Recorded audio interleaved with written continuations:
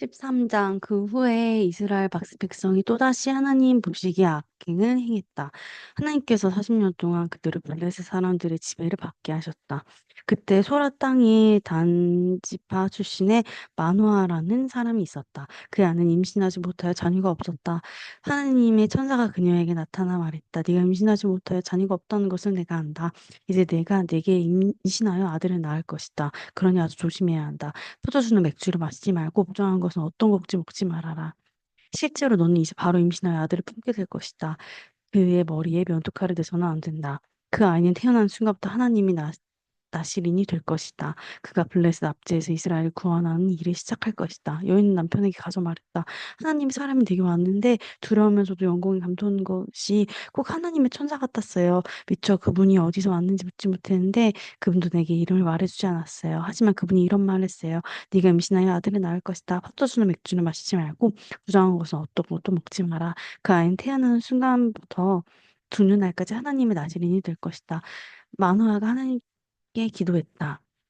주님, 우리에게 보내신 하나님의 사람을 다시 보내주셔서 앞으로 태어날 이 아이를 어떻게 길러야 할지 우리에게 가르쳐 주십시오. 하나님께서 마노아의 말을 들으셨다. 하나님의 천사가 그 여인에게 다시 왔다. 여인은 밭에 앉아 있었고 남편 마노아는 그곳에 함께 있지 않았다. 그리고 벌떡 일어나 남편에게 달려가서 말했다. 다시 왔어요. 그날 내게 왔던 그분 말이에요. 마노아가 일어나 아내를 따라 그 사람이 갔다. 그리고 그에게 말했다. 당시 제 아내에게 말씀하신 분입니까? 그가 말했다. 그렇다. 마노아가 말했다. 당신이군요. 당신이 말씀하신 대로 이루어질 때에 이 아이에 대해 이 아이가 또 이 아이가 한 일에 대해 우리에게 전해줄 말씀이 무엇입니까? 하나님의 천사가 마노아에게 말했다. 내가 여인에게 일러준 모든 말을 명심하여라. 포도나무에서 난 것은 아무것도 먹지 말아라. 포도주는 맥주는 마시지 말고 부정한 음식은 어떤 것도 먹지 마라. 그녀가 내게 명령한 것을 모두 지켜야 한다. 마노아가 하나님의 천사에게 말했다. 조금만 더 우리와 함께 계십시오. 당신을 위해 새끼 염소를 한 마리 잡아 올리겠습니다. 하나님 천사 마노아가 말했다. 좀 더 머무를 수야 있지만 너의 음식을 먹지 않을 것이다. 그러나 하나님을 위해 번제물을 준비하여 바치고 싶고 넣어서 바쳐라. 마노아는 자기가 하나님의 천사에게 말하고 있는 줄을 꿈에도 몰랐다.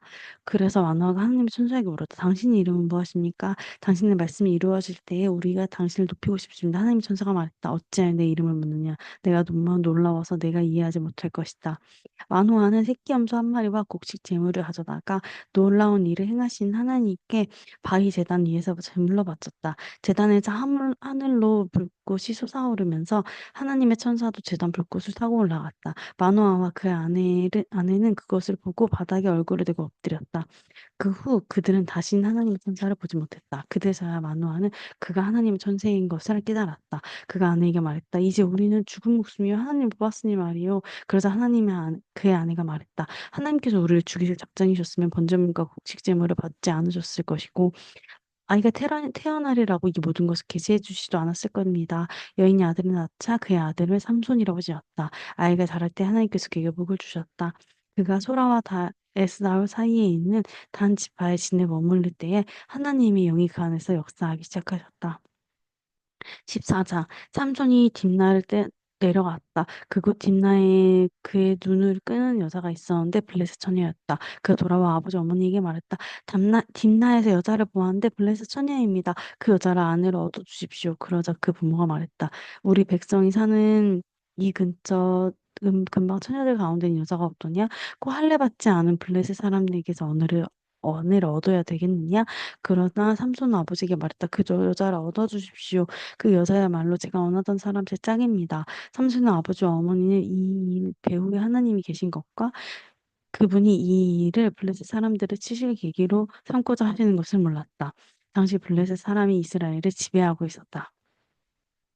삼손은 아버지와 어머니와 함께 딥나로 내려갔다. 그가 딥나의 포도원에 이르렀을 때 어린 사자가 으르렁거리며 그에게 덤벼들었다. 하나님의 영이 삼손에게 강하게 임하셔서 그는 염소 새끼를 찢듯이 맨손으로 사자를 잡아치셨다. 그러나 그는 자신이 할 일을 부모에게 말하지 않았다. 삼손은 그 길로 내려가 그 여자와 이야기를 나누었다. 그의 눈에 그 여자가 바로 자기 짝으로 보였다.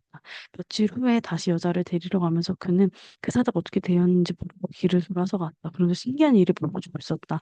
사자와 주검에 볼대가 우르르 우글거리고 그 안에 꿀이 있었던 것이다. 그는 손으로 꿀을 떠 가지고 길을 가면서 그 꿀을 먹었다. 그 꿀 얼마를 아버지와 어머니에게도 가져다 주어 먹게 했다. 그러나 그 꿀을 사자의 주검에서 떠왔다는 말은 하지 않았다. 그의 아버지가 네로가 그 여자와 결혼 일정을 잡는 동안 삼손은 거기서 장치를 벌였다. 당시의 젊은 남자는 그렇게 했다. 블레셋 사람들은 삼손을 경계하여 30명을 구해다가 그의 친구를 삼고 어울리게 했다. 삼손은 그들에게 말했다. 내가 당신들에게 수수께끼 하나를 내겠소. 잔치가 계속되는 7일 동안 당신들의 답을 알아맞히면 내가 당신들에게 배우 30벌과 좋은 겉옷 30벌을 주겠소. 그러나 알아맞히지 못하면 당신들은 나에게 배우 30번과 좋은 겉옷 30벌을 주어야 하오. 그들의 말했다. 촛소 어디 한번 드러나 봅시다. 그래서 삼손이 수수께끼를 내놓았다. 먹는 자에게서는 먹을 것이 나오고 힘쓴 자에게서는 단 것이 나왔다.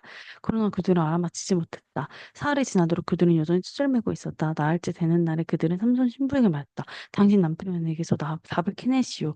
그렇지 않으면 우리가 당신과 당신 아버지 집을 불살라 버리겠소. 우리를 빈털소리로 만들려고 그래 초대한 거요. 그래서 삼손의 신부는 눈물을 흘리며 삼손에게 말했다. 당신이 나를 미워하고 사랑하지 않아요. 우리 민족의 수수께끼를 내놓고는 나한테 답을 말해주지도 않잖아요. 그가 말했다. 내 부모한테도 말하지 않았는데 어떻게 그대에게 말할 수 있겠소? 그러나 그녀는 잔치하는 7일 내내 울음을 그치지 않았다. 그녀의 괴롭힘이 지친 삼손은 결국 7일째 되는 날에 그녀에게 답을 말해버렸다. 그러자 그녀는 가서 자기 민족에게 그 답을 알려주었다. 7일 되던 해에 까지기 전에 성읍 사람들이 그에게 와서 말했다. 꿀보다 단 것은 무엇이며 사자보다 힘쓴 것이 무엇이겠소? 그러자 삼손이 말했다. 당신들이 내 여자에게서 캐내지 않았다면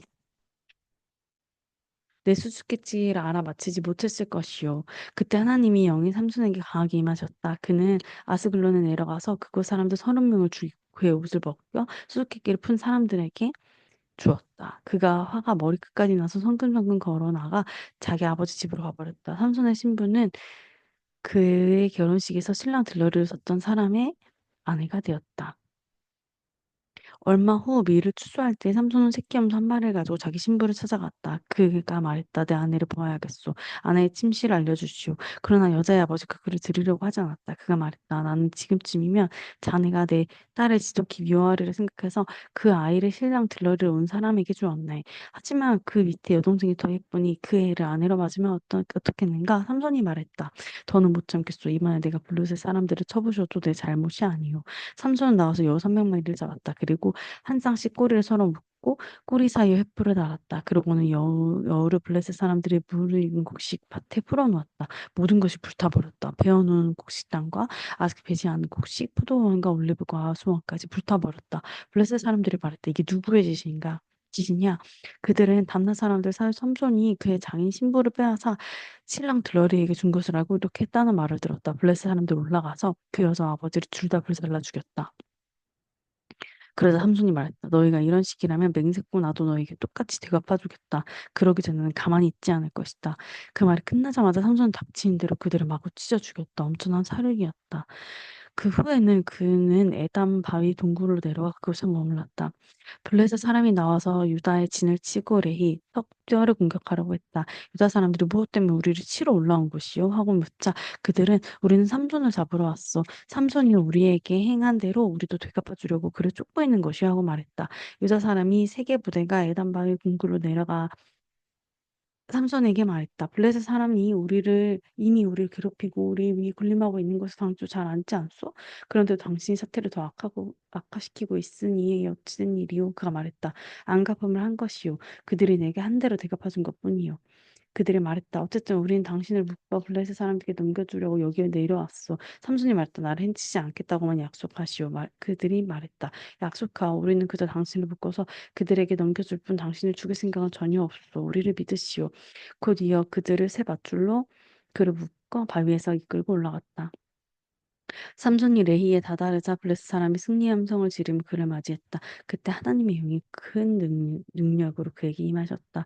그의 팔뚝 위로 밧줄이 마치 삼이 불에 타듯 떨어져 나가고 그의 손에서 끈이 벗겨졌다. 삼손은 마침 거기 죽은 지 얼마 안 된 낙이 토뼈가 있는 것을 보고 손을 뻗어 집어 그것을 블레셋 사람들을 모조리 죽였다.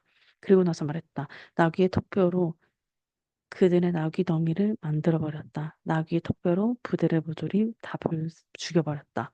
이렇게 외치고 나서 삼손은 턱뼈를 던져버렸다. 그리고 그것을 라말레이 토페 언덕이라고 불렀다. 삼손은 갑자기 목이 몹시 말랐다. 그는 하나님께 부르짖었다.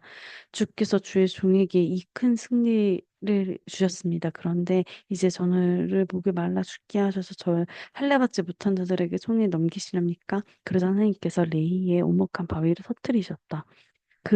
그곳에서 물이 솟아나와 삼손은 그 물을 마시고 기운을 되찾았다. 그가 다시 살아났다.